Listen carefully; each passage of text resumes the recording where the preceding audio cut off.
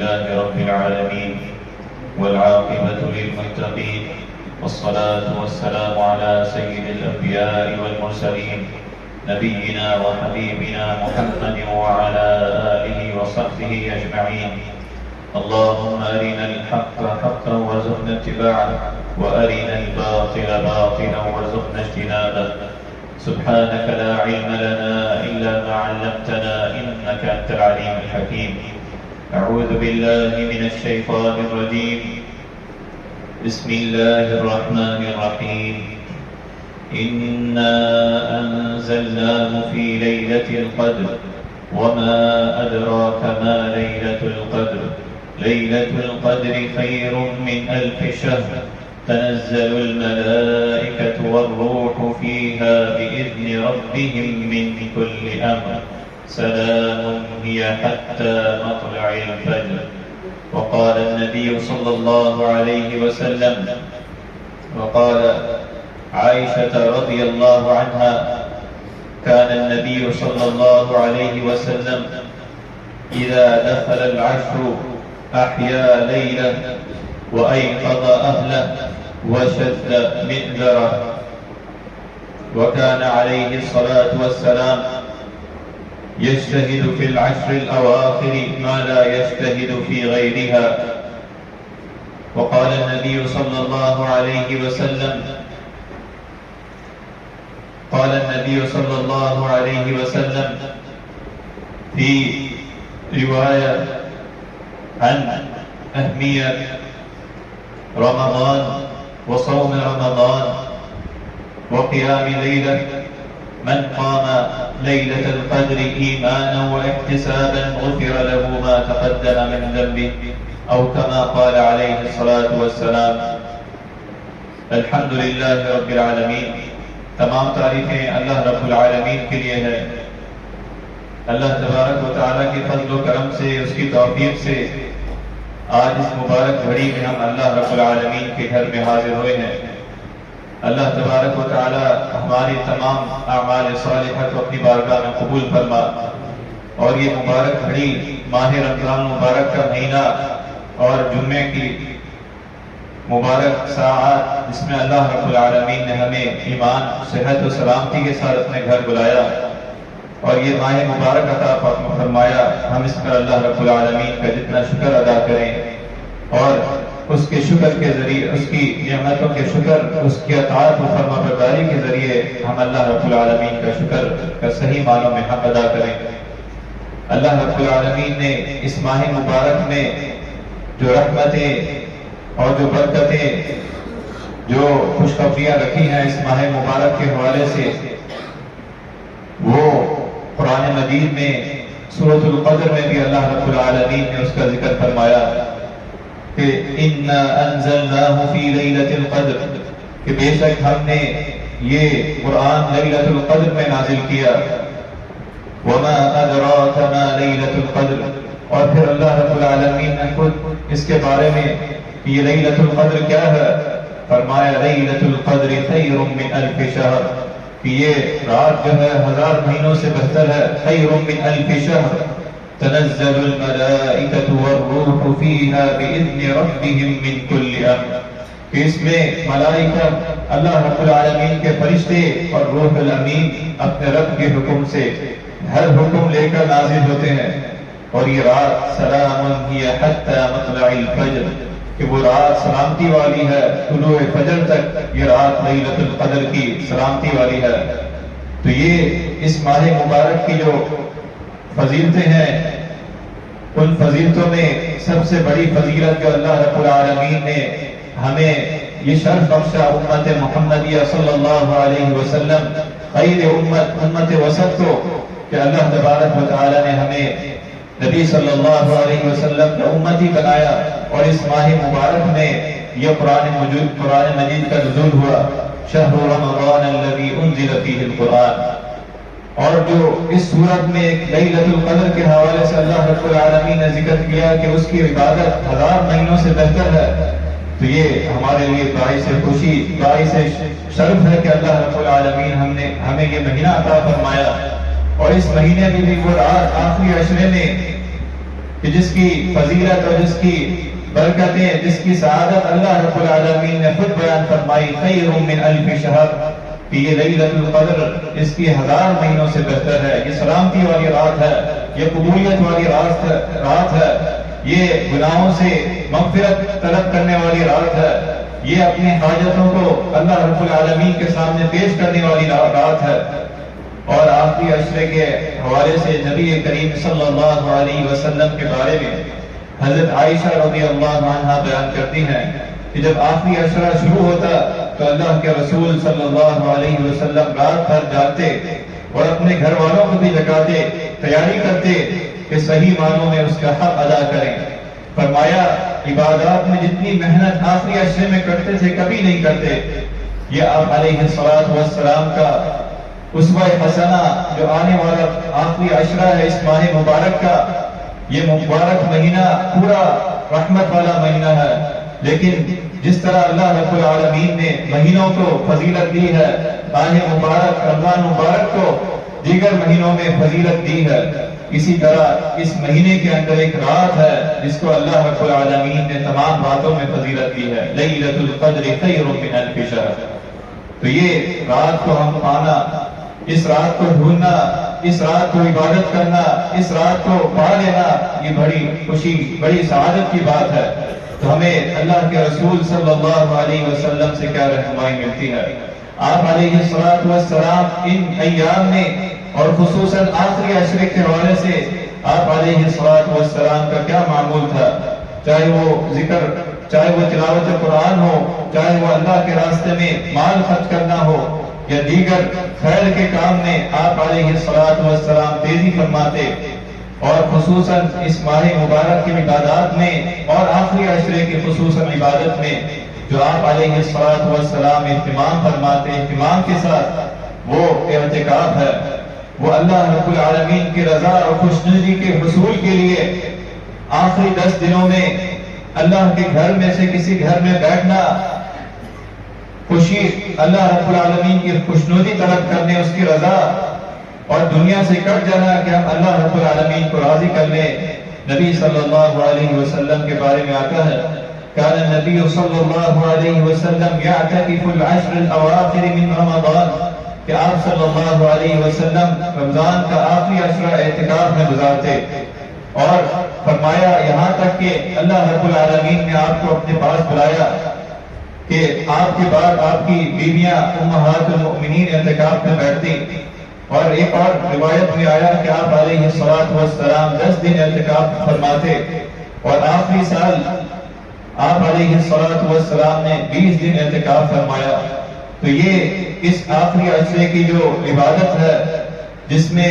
اعتکاف میں بیٹھنا، اللہ رب العالمین کے گھروں میں سے کسی گھر میں بیٹھنا، اللہ کا ذکر، تلاوت قرآن کرنا، نوافل ادا کرنا، یہ نبی صلی اللہ علیہ وسلم کی اسوہ حسنہ ہے کہ بندہ یہ بھی ایک موقع ہے کہ اس رات کو پالے، لیلۃ القدر کی یہ 1000 مہینوں سے بہتر والی رات کو پالے، اس کے لیے وہ اجتہاد کے، اس کے لیے جس طرح آپ علیہ السلام کمر بستہ ہو کر اللہ کے گھر میں اعتکاف کے لیے بیٹھتے، یہ بھی مسنون عمل ہے جو نبی صلی اللہ علیہ وسلم سے ہمیں رہنمائی ملی ہے۔ جب اعتکاف میں بیٹھتے ہیں، دنیا سے کٹ کر اللہ رب العالمین کو یاد کرتے ہیں، تو یقیناً ہمیں وہ رات بھی ملتی ہے جس کے بارے میں فرمایا کہ وہ 1000 مہینوں سے بہتر ہے، وہ بھی آخری عشرے میں ہے، آخری عشرے کی 7 راتوں میں ہے، اور دیگر عبادات میں بھی ہم اطمینان کے ساتھ نوافل بھی ادا کرتے ہیں، سنتیں بھی ادا کرتے ہیں، فرائض میں بھی تکبیر اولیٰ کے ساتھ ہم مسجد میں ہوتے ہیں۔ یہ ساری چیزیں ہمیں اعتکاف کے ذریعے، تلاوت قرآن، ذکر و اذکار، اللہ رب العالمین کی یاد ہمیں اعتکاف میں بیٹھ کر حاصل ہوتی ہے، اور اللہ رب العالمین کا قرب حاصل ہوتا ہے۔ اور وہ رکعتیں 12 رکعات جن کے بارے میں نبی صلی اللہ علیہ وسلم نے فرمایا کہ جو شخص دن اور رات میں 12 رکعت پڑھ لے، اس کے لیے اللہ رب العالمین جنت میں ایک گھر بنا دیا جاتا ہے۔ فرائض کے علاوہ جو سنت ہے اس کے بارے میں یہ 12 رکعتیں آئیں، ظہر سے پہلے 4 اور اس کے بعد 2، اور اسی طرح مغرب کے بعد 2، عشاء کے بعد 2، اور فجر کی نماز سے پہلے 2 رکعت سنت جو ہے، یہ 12 رکعتیں جس کے بارے میں آپ علیہ السلام نے خوشخبری دی، بشارت دی، یہ بھی اس کو حاصل ہو سکتی ہے، اور دیگر نوافل جتنا کثرت کرے وہ اللہ رب العالمین کا قرب حاصل کر سکتا ہے، جس کے ذریعے حدیث میں آتا ہے جب اللہ رب العالمین کو یاد کرتا ہے اللہ رب العالمین اس کے ہاتھ بن جاتا ہے، اس کا کان بن جاتا ہے، اس کی زبان بن جاتا ہے، یہ سارے اعضاء سے وہ اللہ رب العالمین کی اطاعت والے کام کرتا ہے، زبان سے وہ اچھے خیر کے کلمات ادا کرتا ہے، وہ کسی کی برائی نہیں کرتا، وہ کسی کے پیچھے بہتان نہیں لگاتا، بلکہ ہمیشہ زبان کا صحیح استعمال کرتا ہے، ہاتھوں کا صحیح استعمال کرتا ہے، یہ اللہ رب العالمین اس کی خوشنودی اور اس کی رضا طلب کرتا ہے۔ یہ ماہ مبارک کے جو آخری دن ہے یہ فضیلت والے ہیں، یہ رحمت والے ہیں، یہ اس میں جو ایک رات ہے لیلۃ القدر خیر من الف شہر، جس کی عبادت جو ہے وہ 1000 مہینوں سے بہتر ہے۔ اللہ رب العالمین ہمیں وہ رات عطا فرمائے جس کے بارے میں حدیث میں نبی صلی اللہ علیہ وسلم نے ہمیں رہنمائی دی کہ وہ رات کون سی ہے۔ وہ طاق راتوں میں آپ علیہ السلام نے ہمیں رہنمائی دی کہ وہ طاق راتوں میں اس کو تلاش کیا جائے، آخری عشرے کی، اور دعا کی جائے، اللہ رب العالمین کی عبادت خوشنودی طاق راتوں میں 21ویں شب اور 23ویں اور 25ویں اور 27ویں اور آخری 29ویں، کہ جب اللہ رب العالمین بندے سے فرماتا ہے دنیا الی السماء الدنیا، کہ آسمان دنیا پر جب آخری رات کا حصہ رہتا ہے فرماتا ہے کون ہے جو مجھ سے دعا کرے میں اس کی دعا قبول فرماؤں، کون ہے جو مجھ سے سوال کرے میں اسے عطا کروں، اور کون ہے جو مجھ سے معافی طلب کرے میں اسے معاف کر دوں۔ یہ سلسلہ طلوع فجر تک جاری رہتا ہے۔ اللہ رب العالمین کی منادی کہ کون جو ہے وہ اس خوش نصیب اس موقع پر اپنے آپ کو خوش نصیب بنا لے کہ اپنے گناہوں سے معافی کروا لے، اپنے جو خطائیں ہیں غلطیاں ہیں اللہ رب العالمین سے اس کی معافی طلب کر لے، اپنی حاجتیں اللہ رب العالمین کی بارگاہ میں پیش کر لے، اور وہ لیلۃ القدر والی، وہ ان سعادت والی، وہ ان خوش نصیب والوں میں شامل ہو جائے جس کے بارے میں نبی صلی اللہ علیہ وسلم نے فرمایا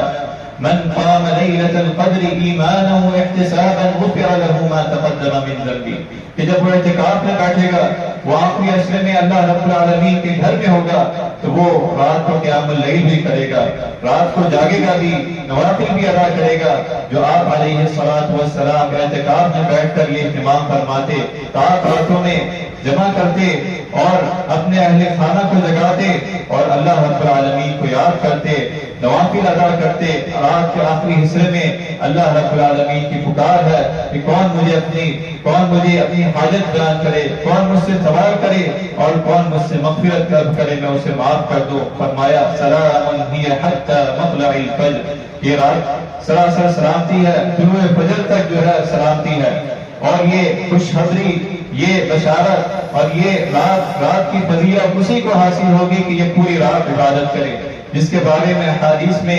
اللہ کے رسول صلی اللہ علیہ وسلم نے ہمیں نشانیاں بیان فرمائی کہ طلوع فجر اس طرح ہوگا، یا سورج کا نکلنا اس طرح ہوگا، ٹھنڈ یا رات کو بارش ہوگی، لیکن یہ ساری چیزیں اسی وقت حاصل ہوں گی کہ وہ طاق راتوں میں جاگے۔ وہ کسی ایک رات کو یقیناً 27ویں کے بارے میں آپ علیہ السلام کی اسوہ حسن آئی، اہمیت آئی، اسی طرح 25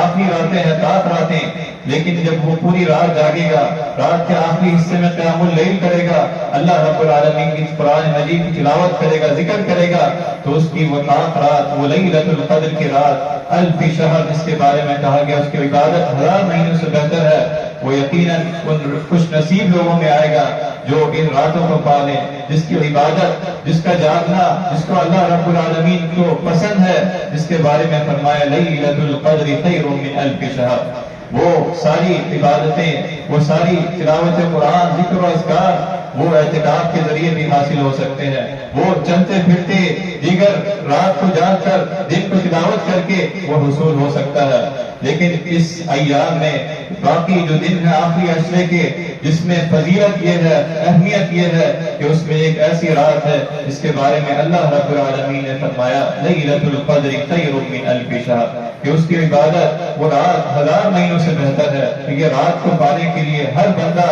ہر مسلمان اس کا انتظار کرتا ہے اور اس میں تگ و دو میں رہتا ہے کہ وہ پہلی رات ہے یا دوسری رات ہے یا تیسری رات ہے یا آخری رات ہے. کوشش کرتا ہے، رات کو جاگتا ہے، تلاوت قرآن کرتا ہے، ذکر کرتا ہے، نوافل قیام اللیل ادا کرتا ہے، یا اللہ کے راستے میں مال خرچ کرتا ہے اللہ کی رضا کے لیے. اعتکاف میں جو بیٹھتے ہیں وہ دن اور رات اللہ رب العالمین کی خوشنودی نوافل کے ذریعے اس کی رضا ذکر اذکار کی اپنی زبان کو اللہ کے ذکر میں معطر رکھتے ہیں کہ اللہ رب العالمین نے ہمیں یہ خوش نصیب ہم لوگ ہیں جو اللہ رب العالمین نے ہمیں یہ فضیلت والے ساعات، یہ مبارک لمحے، یہ مبارک گھڑیاں اللہ رب العالمین نے ہمیں عطا کی ہیں. اللہ رب العالمین نے ہمیں جو گھڑیاں عطا کی ہیں ہم اس کا صحیح معنوں میں حق ادا کرنے والے بن جائیں. ہم اسے صحیح معنوں میں اس کا حق ادا کرنے والے، اس راتوں کو، اس گھڑیوں کو استعمال کرنے والے بن جائیں کہ اس کے ذریعے ہم اللہ رب العالمین کی خوشنودی، اس کے ذریعے ہم اللہ رب العالمین کی رضا طلب کر لیں.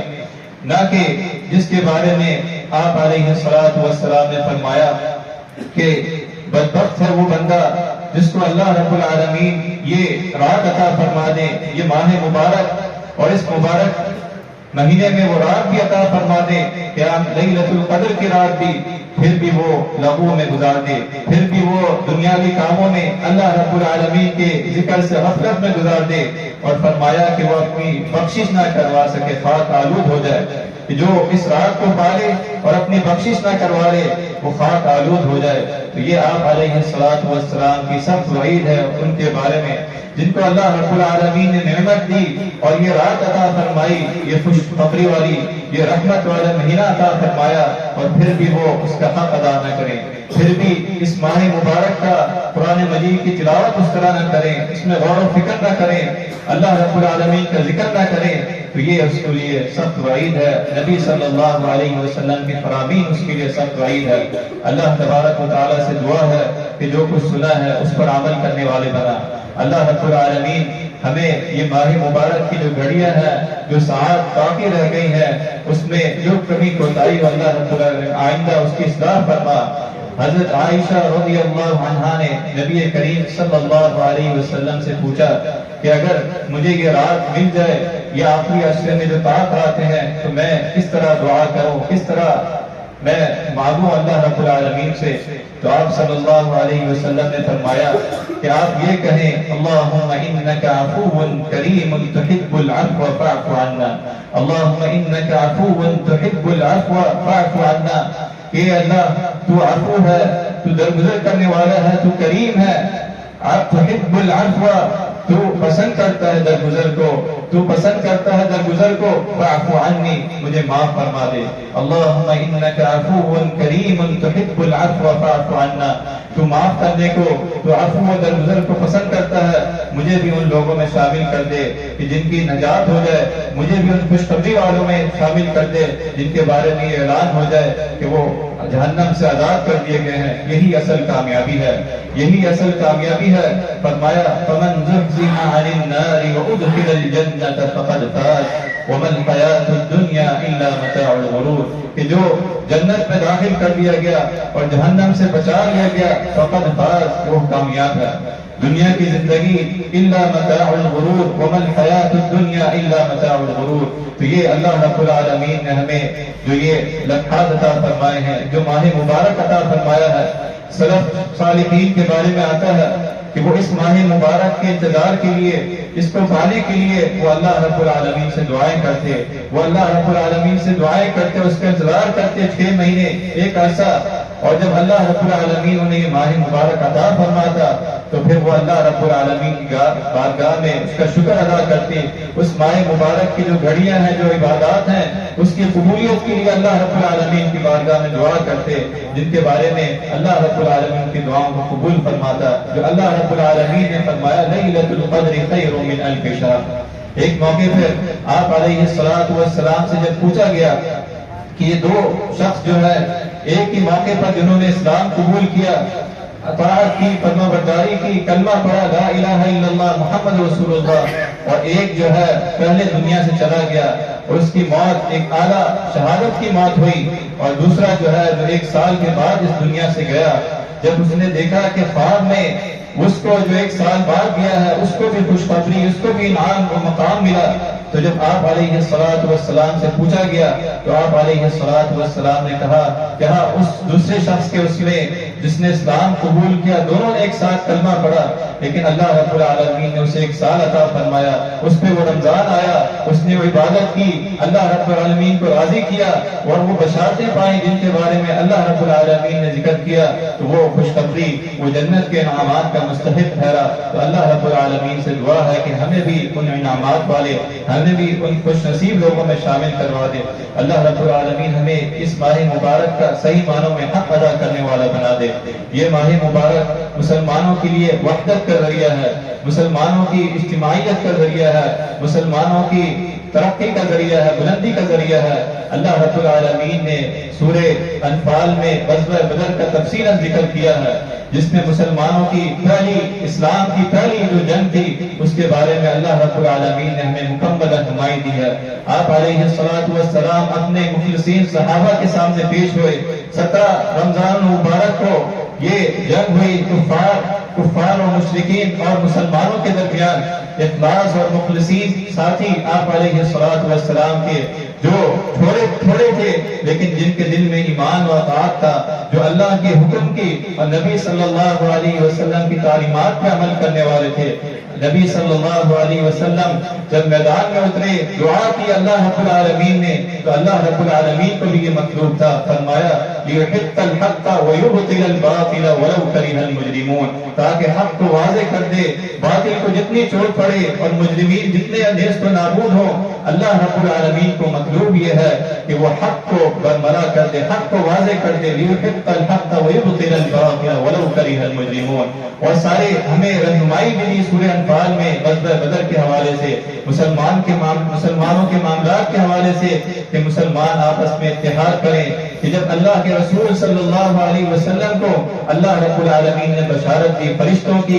تائید نصرت کی، خوشنودی، اطمینانیت کی بشارت دی، اور ساتھ یہ بھی فرمایا یا ایھا الذین آمنوا اذا لقیتم فئۃ فاثبتوا واذکروا اللہ کثیرا لعلکم تفلحون، کہ اے لوگوں، اے ایمان والو، یا ایھا الذین آمنوا اذا لقیتم فئۃ فاثبتوا، کہ اے لوگوں جو ایمان لائے ہو، جب تم کسی گروہ کے مقابلے میں ہو تو جگے رہو، فاثبتوا واذکروا اللہ کثیرا لعلکم تفلحون، اور اللہ کو بہت زیادہ یاد کرو، واذکروا اللہ کثیرا لعلکم تفلحون۔ یہاں ہمیں اصول بتا دیے سورہ انفال میں غزوہ بدر کا، جہاں اللہ رب العالمین نے ذکر کیا، جو 17 رمضان مبارک کو ہوئی، جس میں مسلمانوں کی تعداد قلیل تھی لیکن وہ اخلاص والے تھے۔ اللہ رب العالمین کو مطلوب یہ ہے کہ وہ اللہ کا ذکر کرنے والے ہوں، وہ اطاعت و فرما برداری کرنے والے ہوں، اور وہ آپس میں اتحاد والے ہوں، وہ آپس میں ثابت قدمی میں ڈٹے رہنے والے ہوں۔ یہ اللہ رب العالمین کو مطلوب ہے۔ نبی صلی اللہ علیہ وسلم کے بارے میں آیا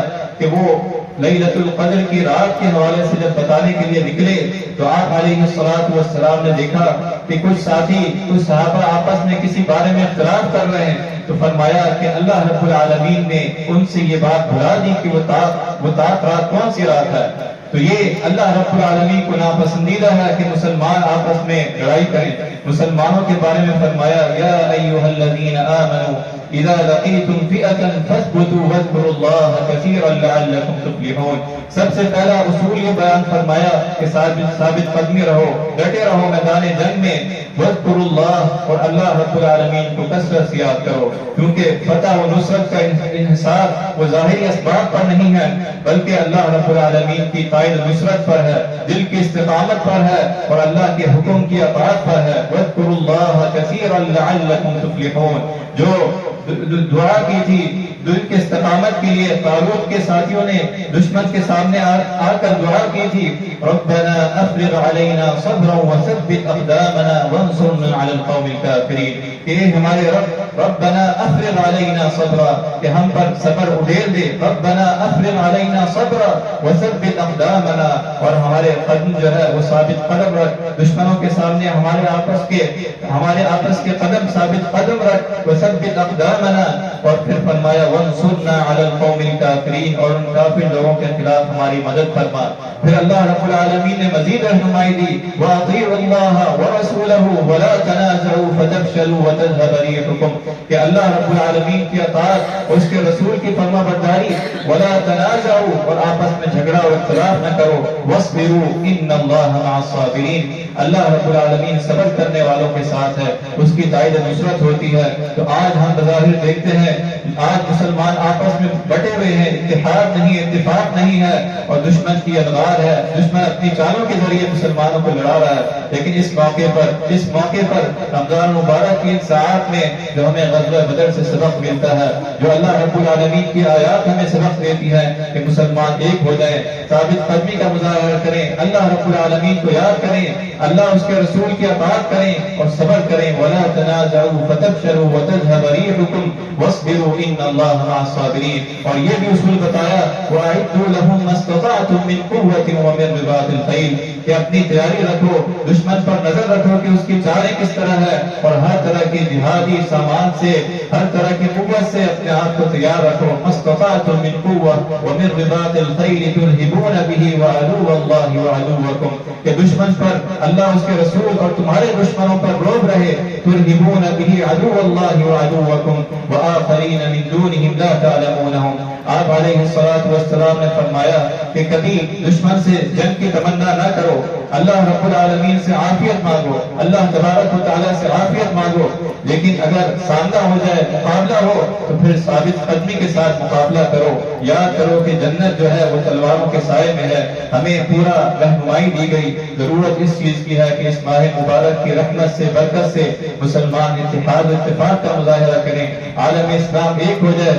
تبھی اللہ رب العالمین کی تائید و نصرت ہوگی۔ جو ان آیات میں سورہ انفال میں ہمیں جو رہنمائی دی ہے، اللہ رب العالمین سے دعا ہے کہ جو کچھ سنا ہے اس پر عمل کرنے والا بنا۔ اللہ تبارک و تعالیٰ مسلمانوں کو وحدت عطا فرما، اتحاد و اتفاق نصیب فرما، دشمنوں کو نیز کو نابود فرما۔ اللہ رب العالمین قرآن و سنت کے ساتھ ہمارا تعلق مضبوط فرما۔ اس ماہ مبارک کی رحمت سے، برکت سے ہمارے گھر، ہمارے اہل عیال کی، اس بستی میں رہنے والوں کی، ملک پاکستان کی حفاظت فرما، امن و امان کو قائم و دائم محفوظ فرما، امت مسلمہ کو وحدت عطا فرما، دشمنوں کو نیز کو نابود فرما۔ ربنا آتنا فی الدنیا حسنہ وفی الآخرۃ حسنۃ وقنا عذاب النار، وآخر دعوانا الحمد للہ۔